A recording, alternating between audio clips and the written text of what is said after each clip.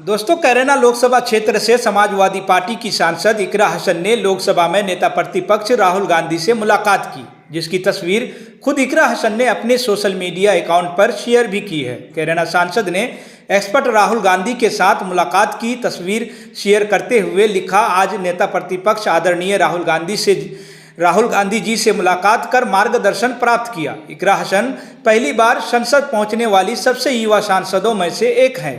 लोकसभा में sitting arrangement भी वह राहुल गांधी और अखिलेश यादव के ही पीछे बैठी हुई नजर आती है। पूरे बजट सत्र के दौरान इकरा हसन ने कई मुद्दों पर अपनी बात भी रखी। इकरा हसन ने क्या बात रखी है, जरा इस वीडियो को सुनें।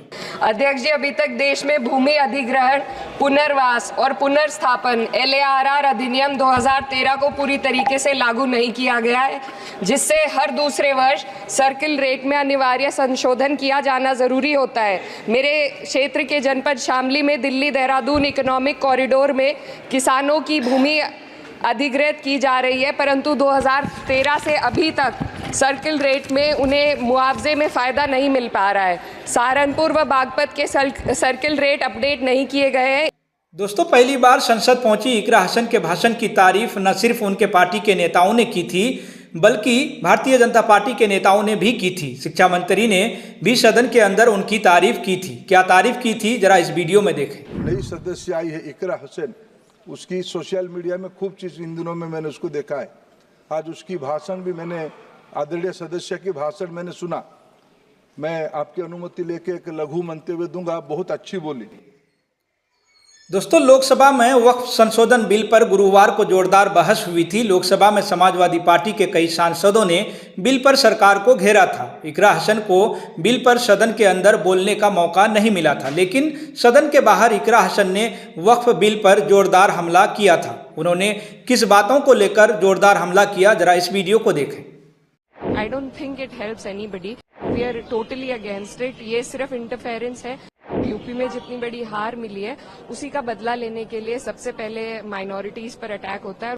मैं खुद एक मुस्लिम महिला हूं और मैं बहुत अच्छी तरीके से, पहले भी जब ट्रिपल तलाक का बिल आया था तो भी यही कहा गया था। देखिए, ये एक बहुत पुराना चैरिटेबल एक इंस्टीट्यूशन है।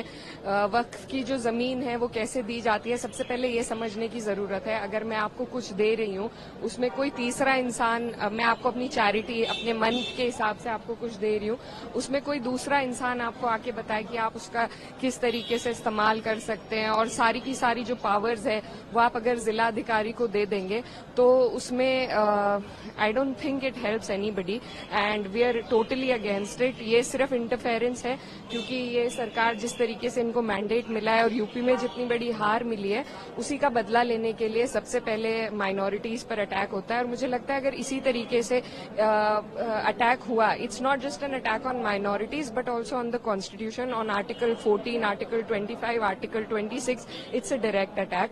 So and it is not just for Muslims. I think all the minorities in the country need to be aware of this government's intent, of their intent to interfere with one's personal beliefs and religious institutions. So I think this is not what my country stands for. This is not what my constitution stands for, and we stand against this bill and we will oppose it tooth and nail. but इकरा, यहाँ पर जो bill है government की तरफ से बोला गया, जो पीड़ित, खासकर बार बार बोला गया, जो पीड़ित मुस्लिम महिलाएं हैं उनको इंसाफ दिलाना है, जो पीड़ित मुसलमान हैं, ये धर्म से इसको बिल्कुल जोड़े नहीं जाना चाहिए। ऐसा बिल्कुल भी नहीं है कि मुस्लिमों के खिलाफ क्लियरिटी इसमें है। उसके बावजूद क्यों आप लोगों को लगता है कि this is against the religion, ये मुस्लिमों के खिलाफ है? देखिए, सुपरफिशियली ये जो सरकार है, कुछ भी बदलाव लाने के लिए हमेशा महिलाओं का इस्तेमाल, मैं खुद एक मुस्लिम महिला हूं और मैं बहुत अच्छी तरीके से, पहले भी जब ट्रिपल तलाक का बिल आया था तो भी यही कहा गया था।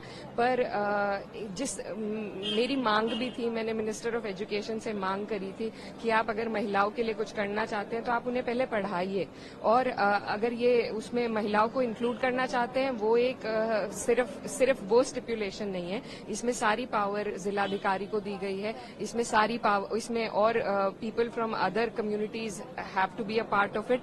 तो इस तरीके के बहुत प्रावधान है। सिर्फ उसको सेल किया जा रहा है कि हम विमेन को इसमें इंक्लूड कर रहे हैं, पर जैसा अभी हमने देखा है ट्रिपल तलाक में, अब क्या होता है, there are a lot of abandonment cases. पहले तलाक हो जाते थे, लेकिन अब औरतों को सिर्फ अबैंडन कर दिया गया। गया है और जो उनके पति हैं वो जेल चले जाते हैं, वो उनके पास वैसे भी उन्हें कुछ इससे फायदा नहीं होता है, तो सुपरफिशियली उसे दिखाने के लिए महिलाओं का वो नाम का इस्तेमाल करते हैं। बट इंटेंट जो उनकी है वो पूरा विपक्ष, पूरा देश और सब लोग समझते हैं। And I think all the minorities of this country are together in it and we will oppose.